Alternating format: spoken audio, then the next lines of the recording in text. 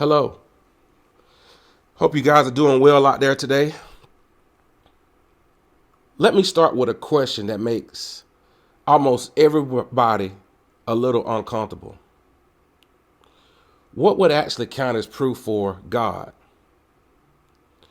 Not what feels convincing, not what we were raised to believe, not what sounds spiritually meaningful, but actual proof. Because here is the reality most debates never admit. When people argue about God, they are usually not even using the same definition of evidence. One person is talking about personal experience. One person can be talking about philosophy. And the other could simply be talking about science. And everyone walks away thinking the other side is being completely unreasonable. So today, we're going to slow this down like we always do and do something most conversations tend to skip. We're going to define the standard. We're going to look at what kinds of evidence would genuinely move the needle. And we're going to ask a very fair question, in my opinion. Has that bar been met? So let's get into it. I'm CJ Everson, and welcome to the Jewish Skeptic.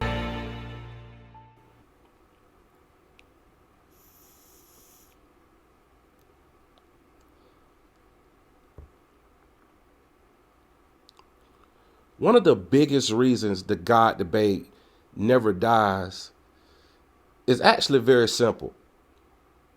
People are using different rule books. If you ask many religious believers what counts as evidence for God, you often hear things like, I felt his presence, I saw my life change, I prayed and something happened. Okay. Those experiences can be deeply meaningful. I want to be very clear about that here. People are not lying when they report powerful internal experiences. Subjectively, those moments can feel absolute realness.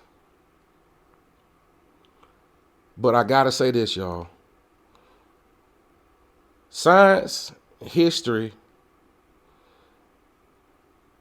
are mostly areas of modern knowledge. The bar of evidence look different when you compare it to what I just mentioned. See, we usually look for things that are public, testable, repeatable, predictive, and independently verifiable. And this is where the conversation starts to split. Because from a scientific standpoint,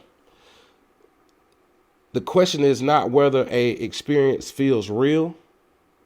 The question is whether the experience has reliable points that point to the external explanations that are being claimed. And those are two very different things, y'all. Something can feel absolutely undeniable and still be wrong about what caused it. Now, we need to talk honestly about the most common form of evidence people offer: personal experience. Millions of people around the world report moments where they were obviously convinced they encountered something beyond themselves. They describe overwhelming peace, a a sense present in the room with them. Voices that feel external. Visions that felt more real than ordinary walking. You know, moments of profound emotional clarity, you know. From the inside, though, these experiences can feel completely self-authenticating. They really can. And this is where we need intellectual humility, y'all. The experience itself is real in the psychological sense. The person genuinely had that internal event. But the key question is different, y'all. Does the experience uniquely verify the supernatural explanation? Here's where things get complicated. Across cultures, we see equally sincere experiences attributed to completely different beings. Christians report encounters with Jesus and Yahweh. Muslims report encounters with Allah. Hindus report encounters with Krishna. Some people report ancestors. Some even report spirits. And as funny as it may sound, some people report alien beings. They can't all be literally correct in their specific interpretation. So at a minimum, we have to acknowledge something important. And that is the human brain appears capable of generating extremely powerful presence experiences under certain conditions. And neuroscience has been studying this for decades. We talked about this on yesterday's episode. Modern neuroscience has documented several mechanics that can be produced experiences people often interpret as supernatural under conditions like extreme stress, trauma, sleep disruption, sensory deprivation, oxygen deprivation,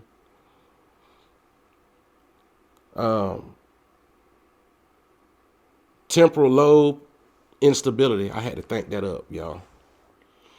The brain can generate remarkably vivid experiences, including sense presences, out-of-body experiences, tunnel vision phenomena, life review experiences, hyperreal dream states, and visual hallucinations.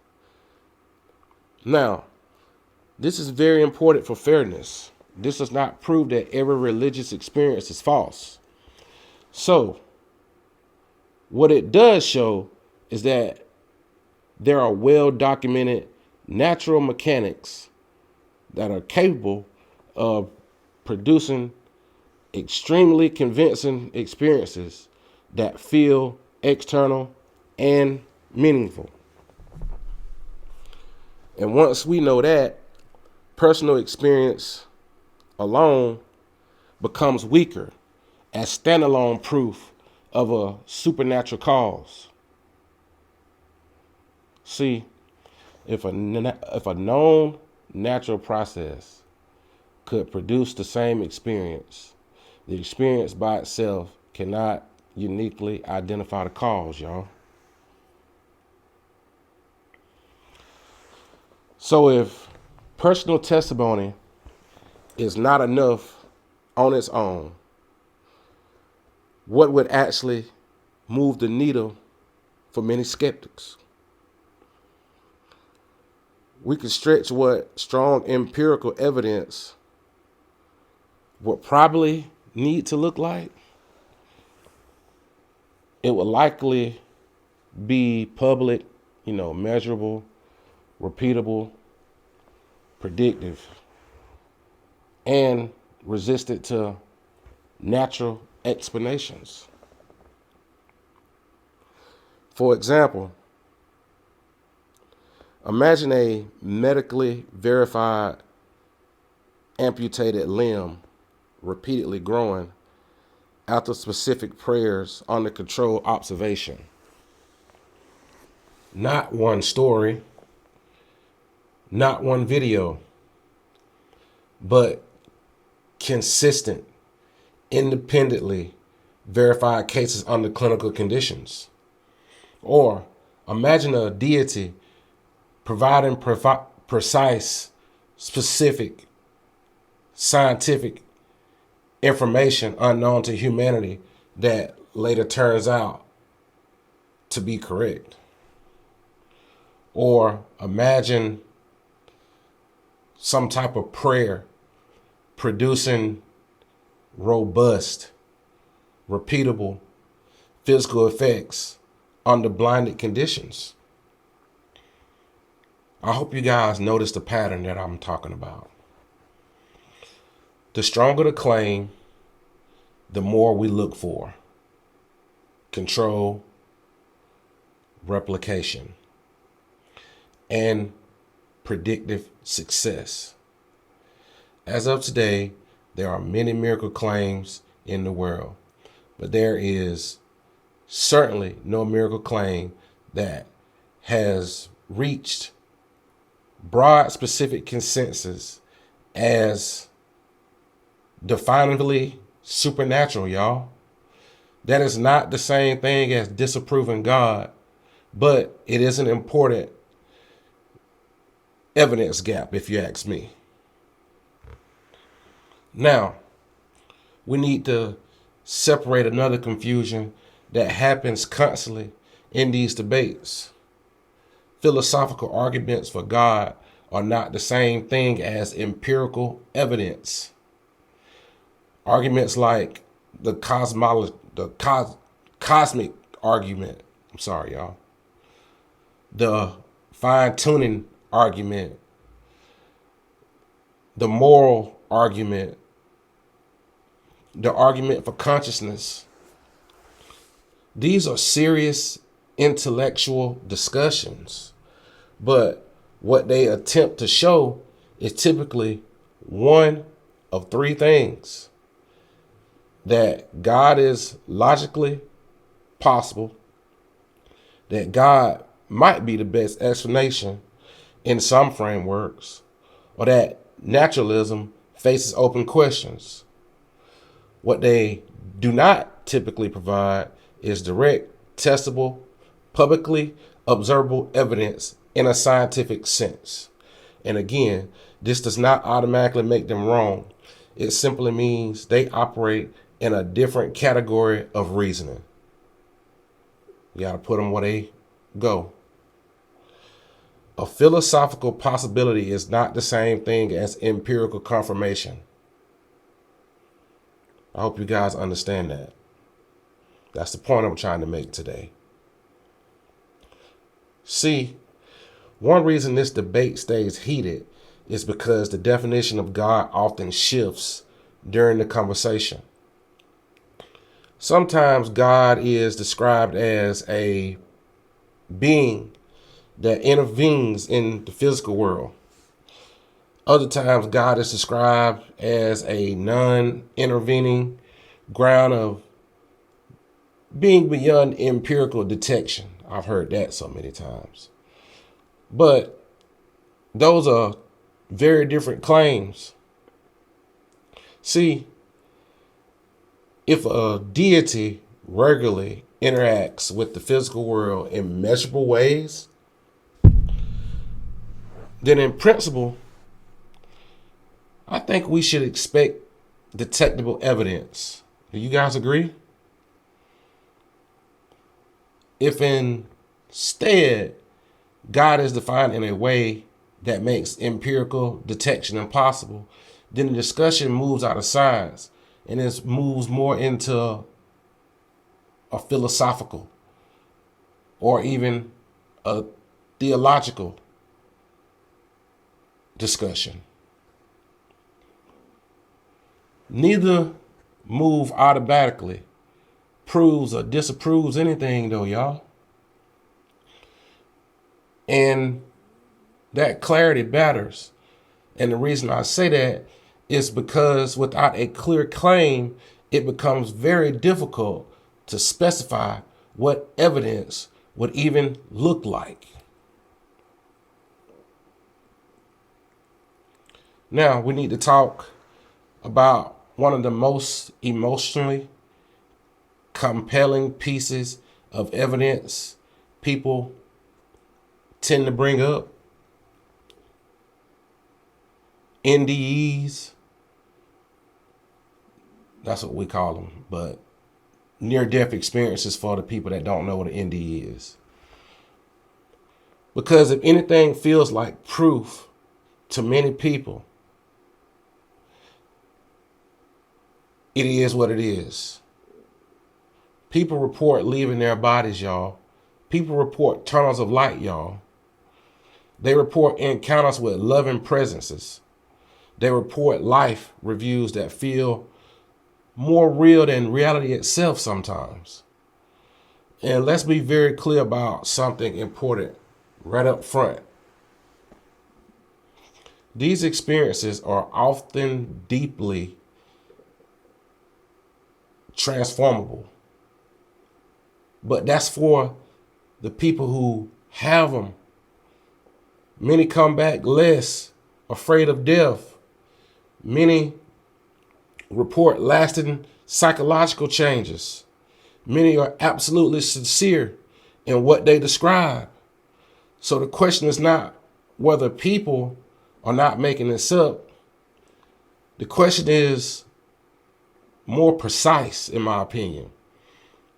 Do near-death experiences uniquely point to consciousness leaving the brain, or could the brain itself generate these states under extreme stress? And this is where the scientific conversation gets very interesting, people. Because when the brain is under severe psychological stress, especially oxygen deprivation, several well-studied things can happen. The visual cortex can begin to shut down in patterns that produce tunnel-like vision effects. The temporal lobes that I mentioned earlier, which are heavily involved in memory, emotion, and religious experience, can become highly unstable. Neurochemicals associated with stress and survival can surge dramatically. But vivid dreamlike states happen. There's an important nuisance here. None of this proves that near-death experience is fully explained. Researchers still debate many aspects of these events, but what it does show is that the brain has known mechanics capable of producing many of the core features that people report today, including stuff like out-of-body sensations, life review phenomena, and hyperreal visual experiences. See, when the brain is in crisis mode, reality itself can feel very different from the inside. Now, here's where anthropology adds another important layer.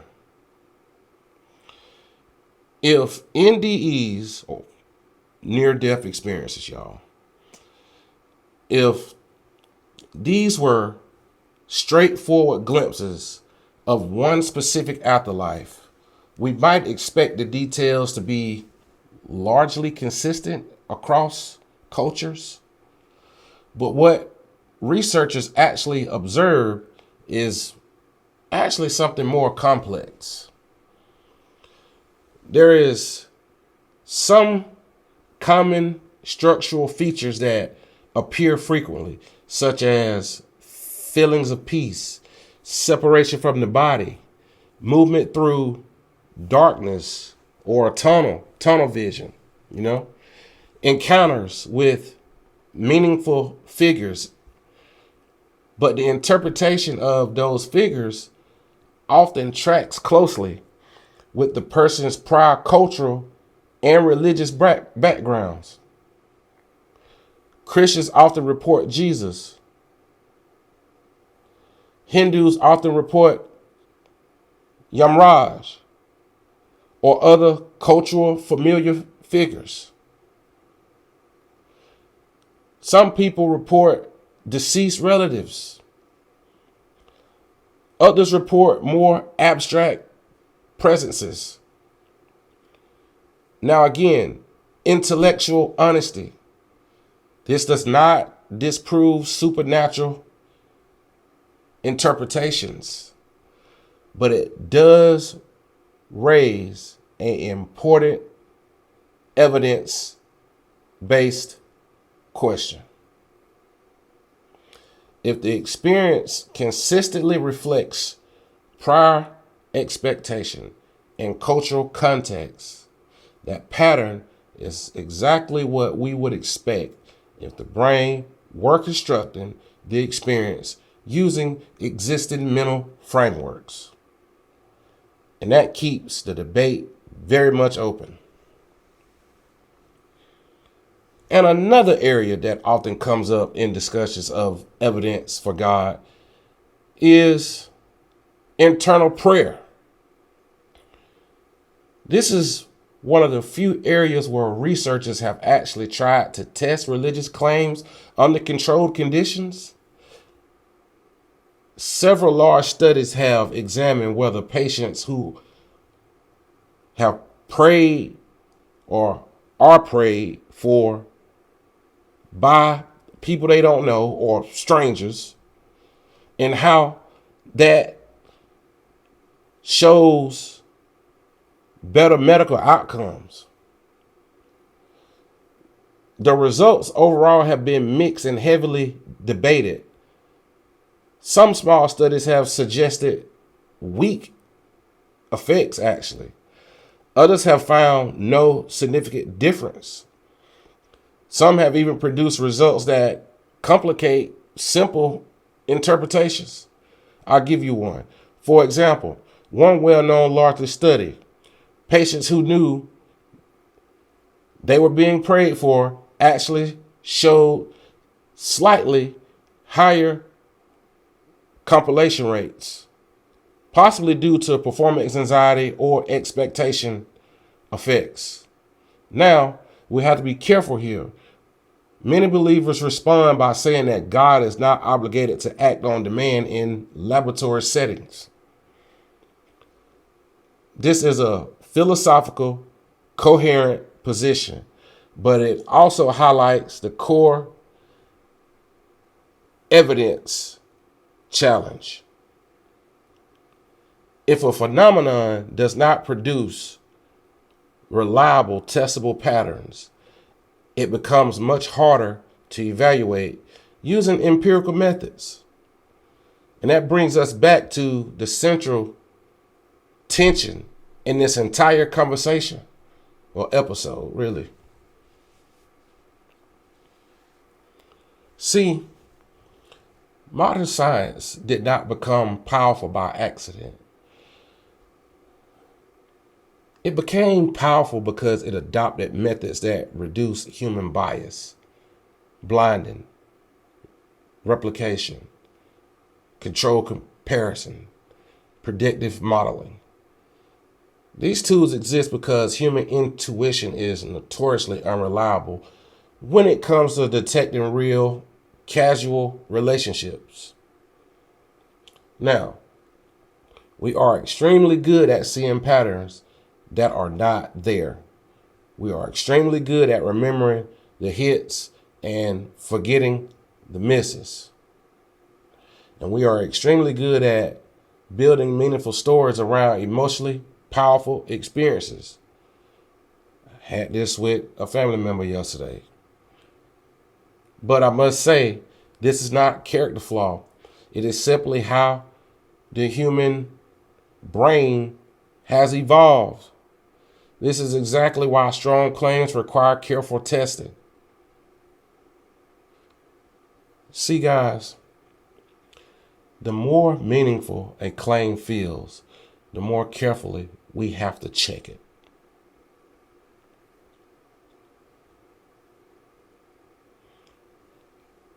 So, another important issue in this discussion is something philosophers often call the God of the gaps pattern. I kind of talked about this a little bit yesterday.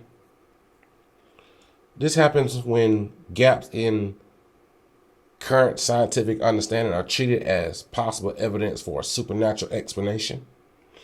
For example, historically, many natural phenomena were once attributed to a divine action. Lightning, disease, motion of the planet, mental illness. As scientific understanding improved, many of these gaps closed. Now again, intellectual fairness here. This does not prove that every unexplained phenomenon will eventually have a natural explanation. But it does suggest caution about confidently assigning supernatural causes to things we do not yet fully understand. Because historically, that strategy has often been premature.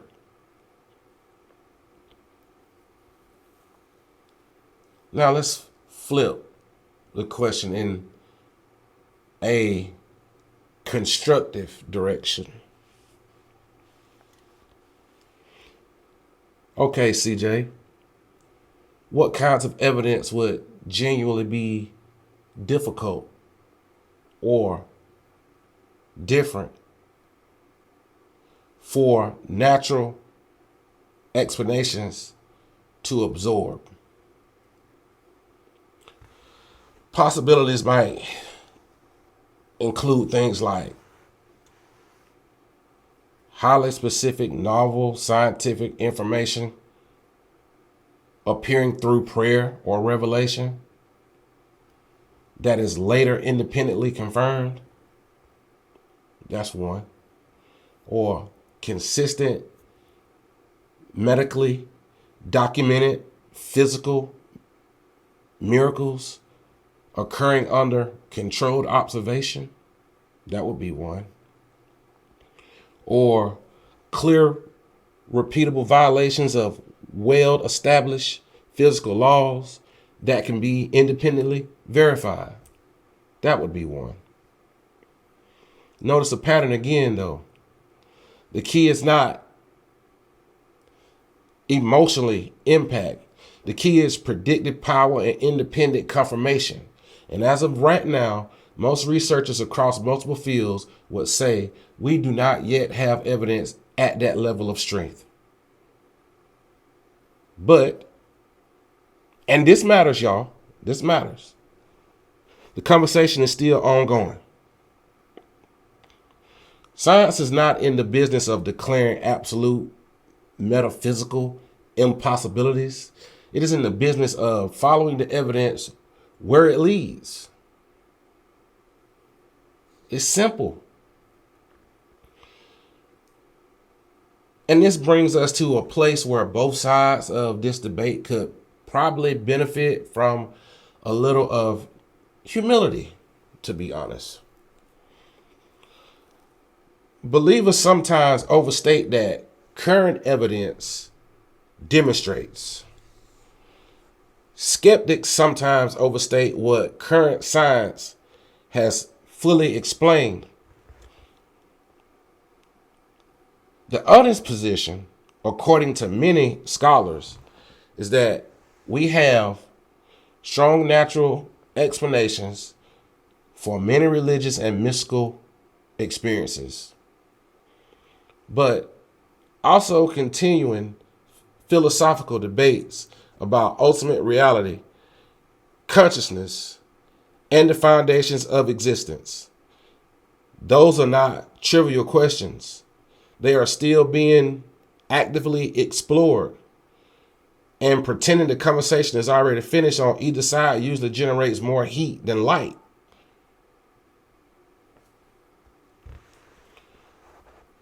Okay. I think I want to talk about the real issue.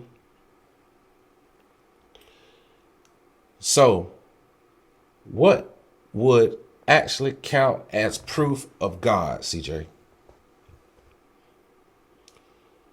The strongest case would likely involve evidence that is clear, public, repeatable, independently verified, and consistently resistant to natural explanations. That's my answer. As of today, most scholars would say the evidence remains debated and inclusive at that level. That does not mean the conversation is closed. Science is always provisional. Philosophy continues to explore, and human experience remains deeply meaningful to many people. But if we are talking about strong empirical proof, the standards remain high. And until both sides agree on what counts as evidence, honestly, we will mostly just keep talking past each other.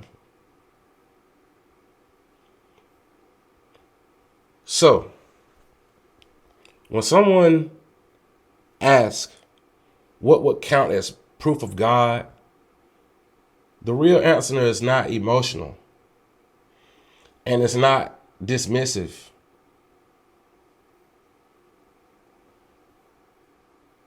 Stronger claims require stronger evidence.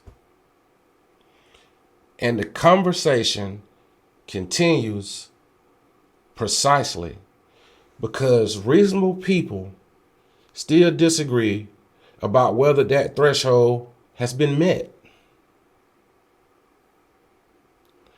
If you enjoy these conversations that cut through the noise, using anthropology, neuroscience, and careful reasoning, make sure you like, subscribe, and share this with someone who says you just have to have faith. Because the real conversation is not just about faith. It is about how we decide what is actually true. And I'll see you on the next one. And remember, no fear, no dogma, just clarity. I'm CJ Everson, and I am the Jewish Skeptic. Thanks for watching. Do you know what I found? The more you know, the less you know.